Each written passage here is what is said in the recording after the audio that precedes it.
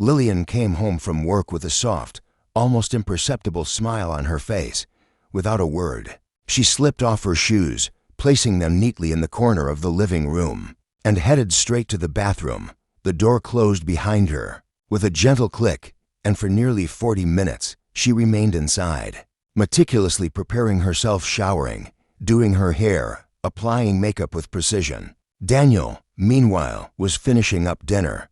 He didn't question the unusually long time she spent getting ready. In fact, he found it endearing, perhaps even hopeful. Their marriage had lately settled into a quiet routine, and the warmth that once sparked so effortlessly between them had faded into a dull rhythm. He thought, maybe tonight could help rekindle something they'd lost along the way. They sat at the table in silence at first, fatigue from the day weighing down their ability to converse easily. Daniel passed her the wine, and she took it with a nod. Between a few bites, Lillian finally began to talk. She spoke of her workplace, of layoffs looming, whispers of restructuring, new corporate goals, and the opening of a potential leadership position. Daniel listened closely, always supportive of her career. He had admired her ambition since the early days of their relationship, and he knew how much her professional success meant to her. But as she continued, her words took a strange turn. She mentioned her boss, Adam, and noted how he hadn't expressed a clear preference for any candidate, yet seemed to develop unusually close connections with certain female employees. Daniel didn't immediately grasp the implication. He stayed silent, waiting for her to get to the point, unsure if he was reading too much into her tone. And then Lillian paused. She looked him straight in the eyes, her expression serious, resolute. What followed shattered every assumption he had held about their life together. She told him she had made a decision. It might sound extreme, she said, maybe even crazy, but it made perfect sense to her. On Friday, after work, she would meet Adam at a hotel. He had invited her. She had accepted. It would be a what-time thing, she explained. No feelings involved, no aftermath, just an act, a transaction, one with no emotional consequences. She said she was doing it for both of them, to secure their future, to guarantee her career didn't stall while others passed her by. A promotion, recognition, a single night that would change everything. Daniel didn't react, not immediately. He stared at her, stunned, trying to process the words. He searched her face for a clue, some sign that it was a joke, a test, anything but what it was. But her face bore no sarcasm, no shame, no hesitation. She was calm. Conviction shaped her every word. It was as if she had just explained a business merger, not the betrayal of their marriage. His heart pounded, his stomach twisted. Thoughts swirled chaotically, each one crashing into the next. Still, he said nothing. Instead, he picked up his wine glass, watched the red liquid swirl inside it, and then drank it all in a single motion. Lillian observed him carefully, perhaps expecting outrage, a furious reaction that would reflect the weight of what she had just confessed. But Daniel remained composed, quiet. He told her that he understood how important her career was and that he respected her ambition. Then, without another word, he stood up from the table and walked into the bedroom. He checked his phone, sat quietly, letting the silence soak in, and tried to untangle the storm inside him. The smell of dinner lingered in the air, untouched, forgotten. Lillian, still composed, finished her meal alone before heading to the bathroom to remove her makeup. She looked relieved, almost serene, as if she had unburdened herself. She believed Daniel would come to understand in time, understand that it was just sex, not betrayal, nothing real. But Daniel didn't feel peace. He remained in the living room, motionless, her words echoing over and over in his mind. It's just one night. It's for us. It's just sex. The phrases drilled into his chest, each one a nail, each one stripping away the foundation of their trust later. When she had fallen asleep beside him, Daniel lay wide awake. He stared at her, searching her face for the woman he once loved, the woman with whom he had planned a life of future, built on loyalty and shared dreams. But what he saw instead was a stranger, someone who had redefined love into something transactional, someone who had crossed a line without hesitation, without remorse. In the still darkness of their bedroom, Daniel made a quiet, but irreversible. Realization, everything had changed. The next morning, he woke up early. He made coffee, as he always did, leaving it on the table for her. His expression was chimерally calm for a man carrying a wound so deep. He said little as he left. For work, but something inside him had crystallized. Not fury, not vengeance, clarity. The kind that only comes when a person realizes what they will never accept again. Some betrayals don't require shouting. They announce themselves with a deafening silence. Lillian's betrayal roared out in the following days. While Lillian remained unaware, Daniel began to move deliberately. One evening, while she showered, he found her bag laid out on the bed. He inserted a tiny microphone into the side seam of the pocket, discreet, undetectable, transmitting directly to his phone. He tested it. Perfect clarity, then returned the bag to its place. That morning, as she rushed out, she gave him a brief kiss and said it would be a hectic day. Daniel smiled and wished her luck. At exactly 11:28 a.m., he tuned in. Through the audio feed, he heard her laughing on the phone with a friend, chatting about weekend plans. Office sounds filled the background, keyboards clicking, footsteps echoing down the hall.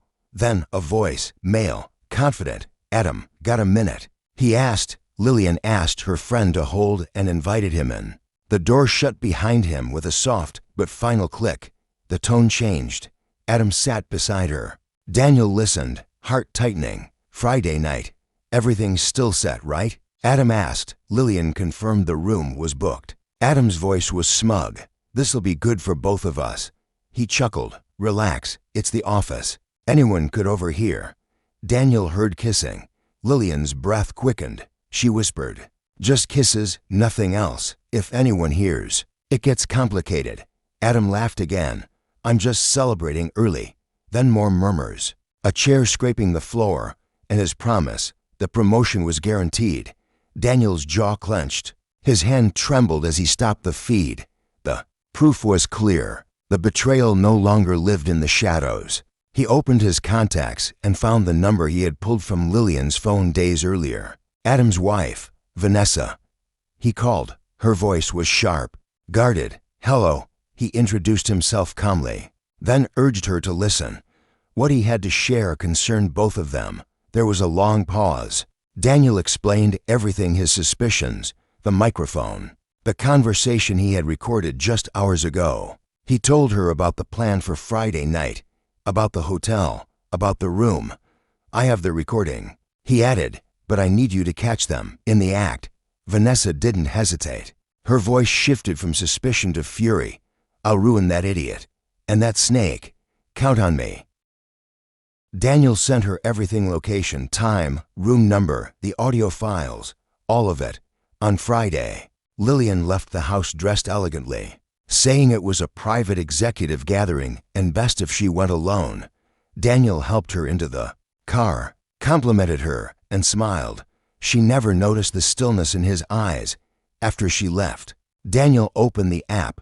The live feed crackled in his ear. He heard her check into the Monarch Hotel, exchange polite words with the receptionist, then take the elevator up. The hallway echoed through the mic. The door to room 1407 opened. Moments later, Adam arrived. Their voices, muffled but unmistakable, greeted each other warmly.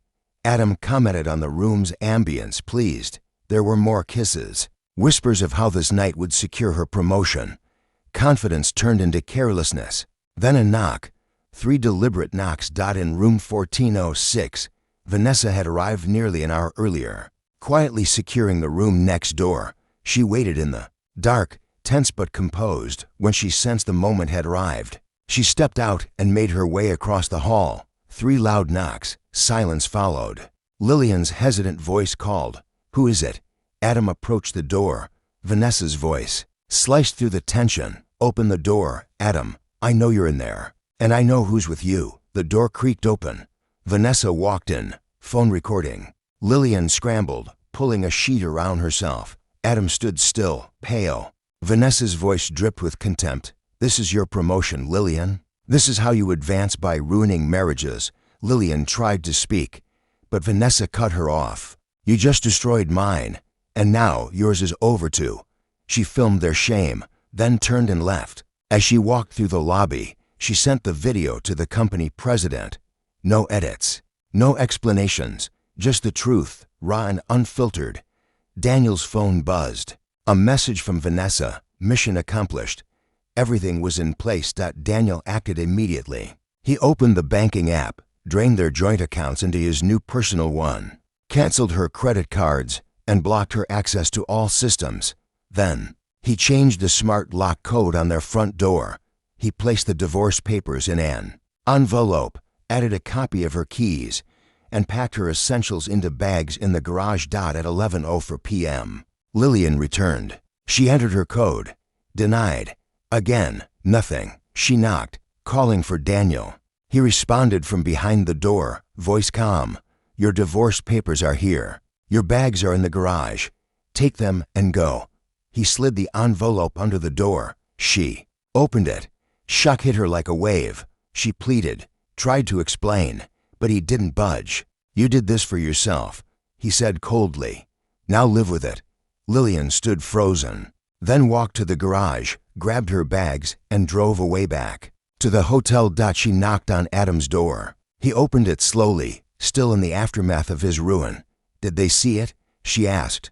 He didn't answer at first.